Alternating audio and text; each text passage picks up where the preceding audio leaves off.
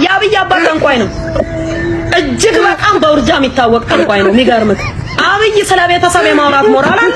ታዋቂዋ ባለሀብት በረከት ገበሬዋ በዛሬው ዕለት ፌዴራል ፖሊስ በቁጥጥር ስር ማዋሉን ገልጿል። ሰላም ተመልካቾች እንደምናችሁ። ዛሬም እንደተለመደው በአዲስ አነጋጋሪና በትኩስ መረጃ ቀርበንላችኋል።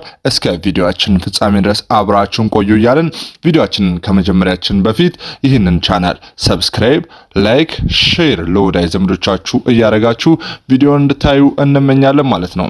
አስቀድመን እንደነገርናችሁ ታዋቂዋ ባለሀብት በረከት ገበሬዋ ወይንም በረከት አደራ በተጠረጠረችበት ከ500,000 ሊትር በላይ ነዳጅ በማሸሿ ወይንም ለባለሀብቶች በመሸጧ ምክንያት በቁጥጥር ስር ልትውል እንደቻለችም ተገልጿል ማለት ነው።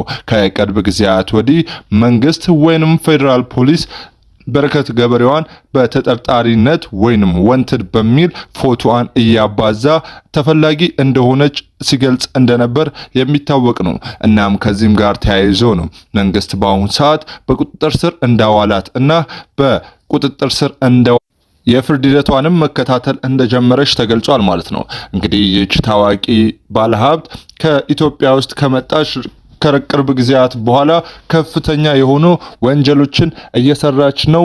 ከፍተኛ በሆኑ ወንጀሎችም ተጠርጥራ ለረጅም ጊዜ በእስር ላይ እንደቆየች የሚታወቅ መሆኑ ይታወሳል። ባለፉት ጊዜያት ላይ በረከት ገበሬዋ ከመንግስት ከፍተኛ የሆነ የግብር ማጭበርበር ወንጀል ተከሳ በእስር ቤት እንደነበረች የሚታወቅ ነገር ነው ማለት ነው። ከዚህም ጋር ተያይዞ ነው በአሁን ሰዓት መንግስት በአጠቃላይ ከ500,000 ሊትር በላይ ነዳጅ እንዲሁም ከ10 ሚሊዮን ብር በላይ የሚያወጣ የነዳጅ ሀብት ከመንግስት ስር በመስረቅና በማጭበርበር ለሌሎች ባለሀብቶች ሸጣለች። የመንግስትም ማግኘት የሚገባውን የግብር መጠን አላገኘም ሲባል ተሰምቷል ማለት ነው። ይህች ባለሀብት እንግዲህ ከቅርብ ጊዜ ወዲህ በሶሻል ሚዲያ እንዲሁም በቲክቶክ እና ፌስቡክ ላይ በከፍተኛ ሁኔታ እየተንቀሳቀሰች እንደሆነ የሚታወቅ ነው ማለት ነው። ባለቤቷ የኔዘርላንዳዊ የሆነች ይህች ሴት ባለሀብት ከረጅም ጊዜ በኋላ ወደ ኢትዮጵያ በመምጣት ኢንቨስት አረጋለሁ፣ ኢትዮጵያ ውስጥ ትልልቅ ኢንቨስትመንቶችን ሰራለሁ በማለት ከመንግስት ላይ ከፍተኛ የሆኑ የመሬት ሀብቶችን እንዲሁም የገንዘብ የብድር ሀብቶችን በመውሰድ ትታወቃለች።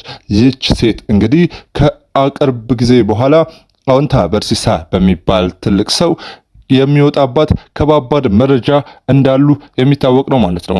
እንግዲህ ይህች ሴት በአብዛኛው ቦታዎች ላይ በኢትዮጵያ አራቱም ማዕዘናት ላይ ትልልቅ እርሻዎች አሏት። ትልልቅ መሬቶችን ከገበሬዎች እየነጠቀች ለራሷ እንዲሁም ለሌሎች ባለሀብቶች እየሰጠች ትገኛለች እየተባለም በጣም ይወራባታል ማለት ነው። ይህች ባለሀብት እንግዲህ ከቅርብ ጊዜ ወዲህ ነው ራሷን እኔ በረከት ገበሬዋ በራሴ በሰራሁት ራሴ ኢትዮጵያን ላልማ ባልኩ እንዴት ወንጀለኛ እደረጋለሁ?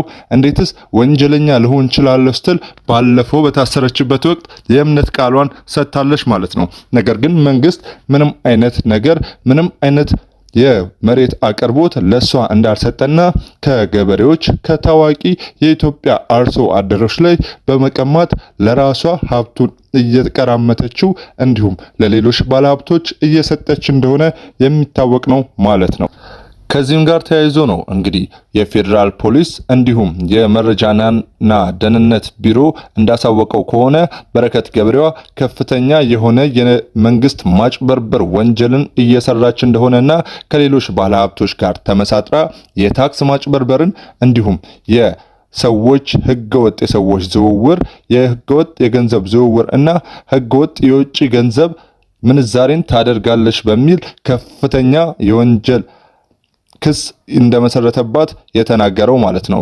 እንግዲህ ተመልካቾቻችን ይህች ሴት ማለትም በረከት ገበሬዋ በኢትዮጵያውያን ዘንድ ጥሩ ልብና ጥሩ ደግ እንደሆነች እንድትታወቅ በየሶሻል ሚዲያው ሰዎችን ስትረዳ ለሰዎች ከፍተኛ የሆነ ገንዘብ እየሰጠች ብዙ ቪዲዮዎችን እንደምትሰራ የሚታወቅ ነው ማለት ነው። ነገር ግን ይሄ ሁሉ ውሸት ነው። ይሄን ሁሉ የምታደርገው ለታይታ እንጂ ከልቧ አይደለም። ከምስኪን ደቡብ ገበሬዎች ከምስኪን ኦሮሚያ ገበሬዎች እንዲሁም ከምስኪን አማራ ገበሬዎች ላይ ከፍተኛ የሆኑ ትልልቅ መሬቶችን እየቀማች እንደሆነና ቀምታ ለራሷ እንደምታደርግ ከፍተኛ የሆኑ የመረጃ ምንጮቻችን ነግረውናል ማለት ነው። ከዚህም ጋር ተያይዞ ነው እንግዲህ ተመልካቾች የፌዴራል ፖሊስ በአሁን ሰዓት ወንትድ ወይንም ተፈላጊ ናት ሲል ወረቀት አባስቶ መያዝ አልቻልኩም፣ ያገኛችኋት ሰዎች ያያችኋት በአሁኑኑ ወይንም ባያችኋት ቅጽበት ለኔ እንድታሳውቁኝ ማለትም በ911 ላይ ደውላችሁ ጥቆማና አድራሻዋን እንድታደርሱን ሲል የፌዴራል ፖሊስ እንዲሁም የመረጃና ደህንነት ቢሮ እንደገለጸ የሚታወቅ ነው ማለት ነው።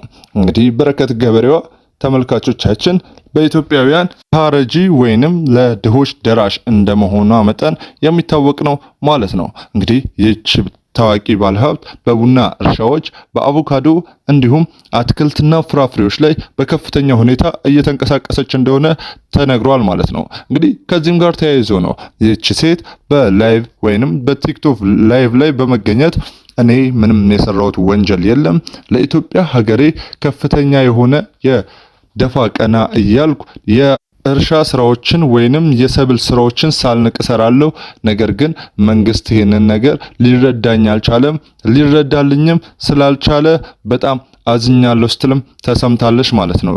እንግዲህ በረከት ገበሬዋ ከቅርብ ጊዜ ወዲህ በኢትዮጵያውያን ዘንድ ጥላቻ ያረፈባት እንደ ድሮም ከፍተኛ የሆኑ ሴቶችን የሚያነቃቁ ቪዲዮዎችን መቅረጽ መተዋ ይታወቃል ማለት ነው። እንግዲህ ተመልካቾቻችን ይህንን መረጃ ከቅርብ ወዳጆቿ እንደሰማነው ከሆነ በአሁን ሰዓት የፌዴራል ፖሊስ እንዲሁም የመረጃና ደህንነት ቢሮ ፎቶዋን በማሰራጨቱ ምክንያት ራሷን በከፍተኛ ሁኔታ አግልላ በደቡብ እና በዛ አካባቢ ላይ በሚገኙ አካባቢዎች ራሷን ሸፍና እየተንቀሳቀሰች እንደሆነ ራሷም በቲክቶክ ላይቭ ላይ በመገኘት መስክራለች ማለት ነው።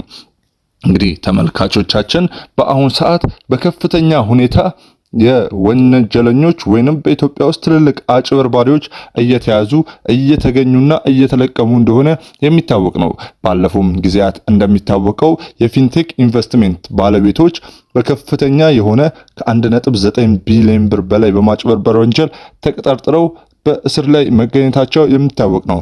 አሁንም እንደሚታወቀው በረከት ገበሬዋ ከ10 ሚሊዮን ብር በላይ የሚያወጣ የነዳጅ ሀብት ራሷ እንዲሁም ለሌሎች ባለሀብት መሸጧ መንግስት ገልጾ ፎቶዋንም ወንትድ ወይንም ተፈላጊ በሚል ተጠርጣሪነት ለህዝብ አቅርቧል ማለት ነው። ላያት ሰው ከፍተኛ የሆነ የገንዘብ ሽልማት እንዲሁም የወረታ ክፍያ እንደሚደረግለትም ተገልጿል ማለት ነው። እንግዲህ ተመልካቾቻችን በምስሉ ላይ የምታዩት በረከት ገበሬዋ ወይንም በረከት አደራ በመባል የምትታወቀውን ላያችሁ መንግስት ከፍተኛ ወረታ ወይንም በመንግስት ፍለጋ ላይ ስለምትገኝ ያያችኋት ለመንግስት ጥቆማ እንዲሰጡ እያልን ለዛሬ የያዝንላችሁን ቪዲዮ እዚህ ላይ እንቋጫለን። ለሀገራችን ሰላም፣ ፍቅር፣ ጤናና ብልጽግናዋን ይስጥ እያልን ለዚህ ቻናል አዲስ ከሆኑ ላይክ፣ ሼር እንዲሁም ሰብስክራይብ ማድረጋችሁን እንዳትረሱ እንላለን። ቸር ቆዩ፣ ቸር ሰንብቱ።